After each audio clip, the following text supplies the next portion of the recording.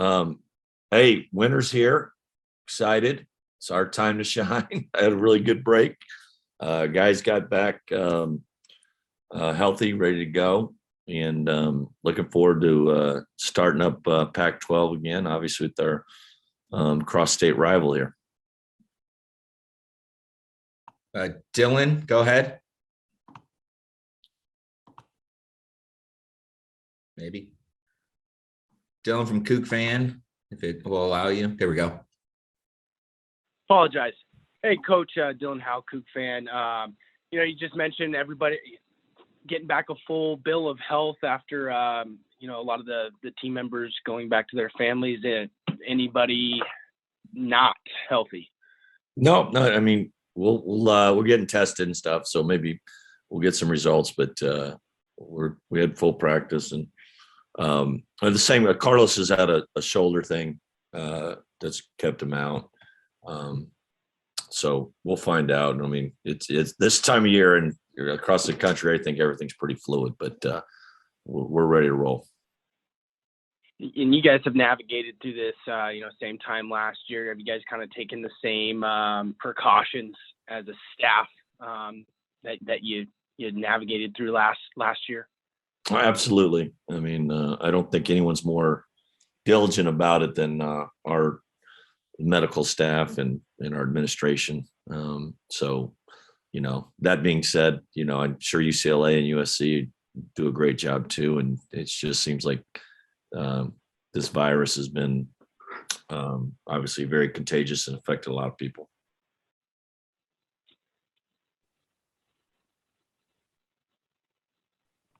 Anything else, Dylan? Yeah, Coach Noah Williams, obviously over the last 4 or 5 games, has gone through one of his longer shooting slumps, 25% from the field, 23% from deep. What have you seen from him on tape over the last 4 or 5 games where he may be pressing or, obviously had a bit of the flu bug, but what can you take from Noah's previous 4 or 5 games that you guys can build on and move forward with? I just think we sat down with him, and he's been our lead guy. I think it's transitioning from being kind of where he was. Isaac got usually the number one defender on him last year, and I think he's drawn more of that attention. And sometimes just explain to him less is more. I mean, he was leading us in assists. We need to be that guy. We need to be the jack of all trades. Get put back, score in the post, make plays for others. He doesn't need to get 16 shots a game to be effective. That's kind of what's the takeaway, and he's embraced it, and he wants to do what's best for the team. And some of it will attribute to probably we got hit pretty good with that flu bug and wiped him out, and just kind of finals and everything else. But he's a competitor. He'll keep trying to get better, and as will we. And obviously, some of his best games have come against UW. When you look at the Seattle, he's from Seattle. You kind of smile when you saw this was his first game back with it being UW. I don't try to get too much in that. I do know this. We don't have to get Noah ready to play that game. That's for sure. So it's more to get him, keep him level-headed. And he's obviously it's, a lot of those guys, they all know each other, and that basketball community is pretty tight, and definitely a lot of pride on the line, both ends.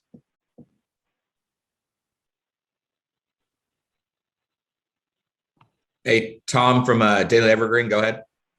Hey, Coach. Going into Pac-12 play, especially with, kind of an upsetting start to the season, maybe not what everyone projected for you guys. Do you think that UW is a good opponent to kind of match up against? They're 5-5 on the season. They had some canceled Pac-12 games, canceled their game against Gonzaga. How do you think you match up, like, going into it? I think it's a rival game, so both teams are, throw the records out. Those cliches apply, to be honest.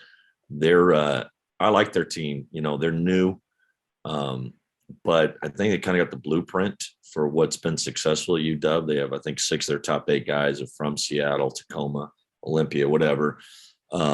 and they fit together as far as they're quick.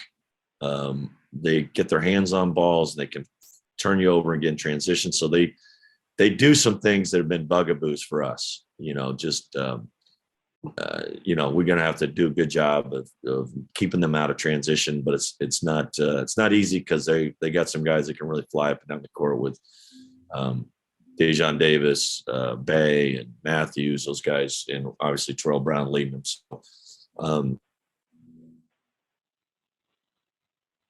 Yeah. Speaking of Terrell Brown Jr., have you had a chance to discuss with the team who will be guarding him at all?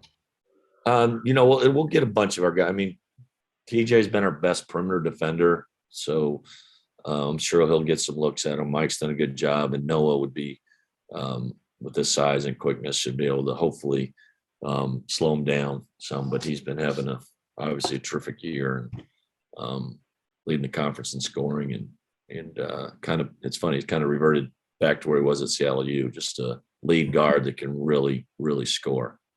Right. And then one more question for you, and then we'll Sure. let you go about your day. So Andre's coming off a double-double performance. Has he been excelling more, getting more confidence back in practice? Absolutely. I think something clicked when the game before Northern Colorado, DJ and him played really well, and you see it, and not surprised because the hard part is Andre missed 6 months, and I don't know if from April till October almost, he had a groin surgery, and that's going to slow you down. And he's just proud of him how he's persevered and stayed with it. And still not, it takes a while to get the groins are funny, so getting that strength and quickness and mobility back there and just getting the experience of playing. But he's made some improvements on the offensive end. And it's just really important for him to be good teammate. It's neat to see. So hopefully he keeps coming on. Thanks, Coach. Good luck heading into Pac-12 play. Thanks. Dylan, go ahead. You got another one? Yeah, last one, Coach. I don't know if this kept you up at night over the 7-day break, but a little bit of a big man conundrum in the last game with Boise State. Mo, Deshaun, and Fa combined 2 of 7 from the field. Fa, first time all season, he didn't even have a field goal attempt. Was that concerning to you guys? Go last game, or is it something that you guys are hoping to work out this upcoming game? Yeah, absolutely. I think we were so concerned about matching up with their 2 forward who were good, Kigab and the 2 Pac-12 transfers. Got away from it a little bit offensively too. I felt like we need to press the issue on the feeding the ball inside and getting those guys going. We got a little away from it when Deshaun missed. He had a couple moves. He missed a couple shots. He missed some free throws. And I just felt like we were chasing our tail a little bit there. We wanted to make sure that Degenhart was such a hard cover because he went inside and out.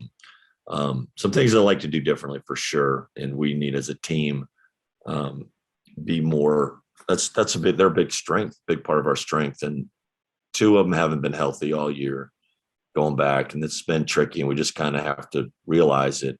Deshaun should be able to get to 100% healthy. He had a bad hand. He had some other issues.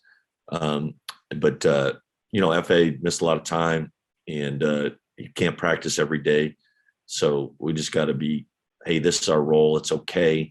And figure out, let's maximize that potential and get organized on that. But that's a good point you brought up. Is that something you see going forward in Pac-12 play of managing FA's minutes? It's going to have to be maybe from here on out a season-long thing. Yeah, a little bit, I think, because it's just hard. It's hard for him to, he's used to starting and playing all the minutes like last year, and then, he'll have to. Some days he just has to take off because he might have some soreness or some swelling or whatever, and it's gotten better. But just to manage that and hey, what can I do to help the team? And I think the best way is hey, we're going to bring you off the bench because we don't know if you're going to be able to be healthy every night. And you just come in there and play with your hair on fire like you can, and good things will happen for us. When he might make some mistakes, but when he's active and really athletic and doing we're good. He makes us better. We're best when he's on the floor, to be honest. So kind of getting that, and Deshaun needs to establish himself as a low post scoring threat, which he can be and will be. And then we'll have to play them together some against certain teams where plenty, where we can utilize it. We're hard to score on. We're hard to keep off the glass.